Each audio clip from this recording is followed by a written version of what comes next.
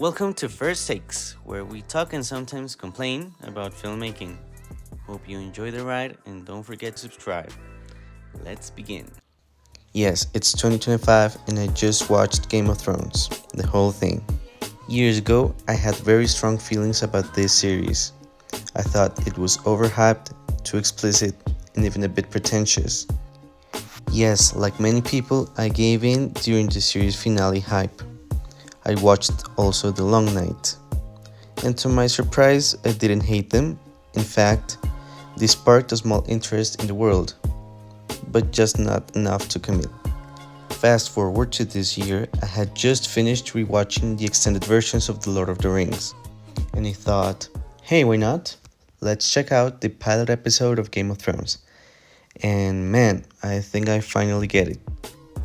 Game of Thrones, it's fantasy, but it's more politics, character studies, slow burn storytelling, and pain.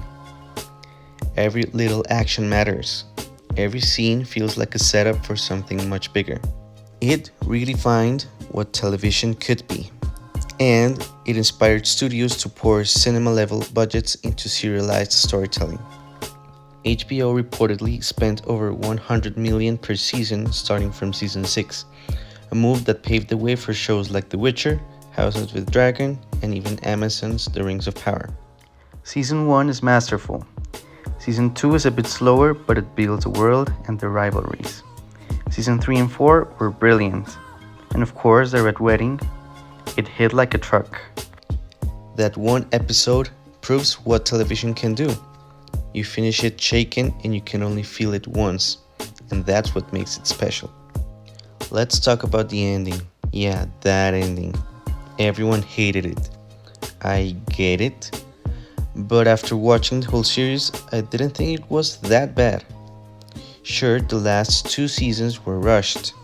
Storylines collapsed, logic bent, execution suffered a lot. Benioff and Weiss were offered more seasons but chose to wrap things up very quickly, which many believe hurt the overall arcs. But the idea behind the ending, I really liked it. Daenerys was never supposed to be a simple hero. People see her as a savior, but the show kept warning us over and over again.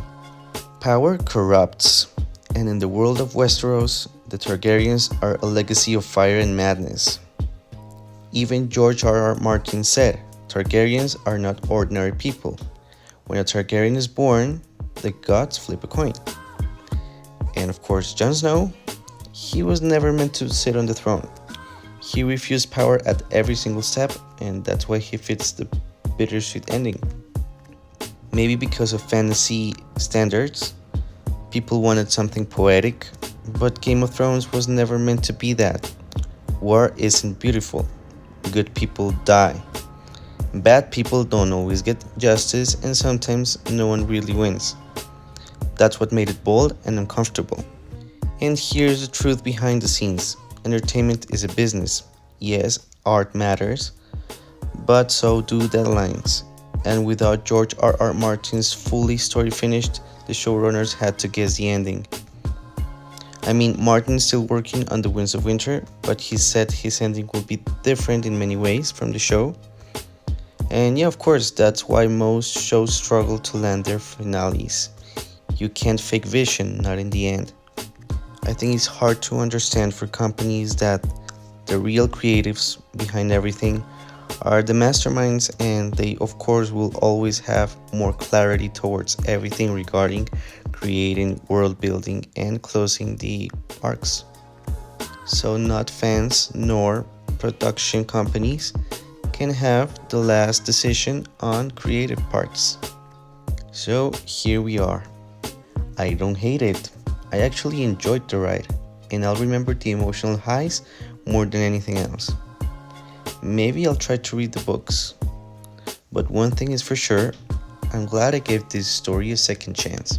It was really worth it.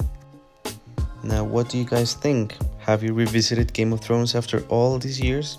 Has your opinion changed? Let us know in the comments. And if you like this video, just subscribe.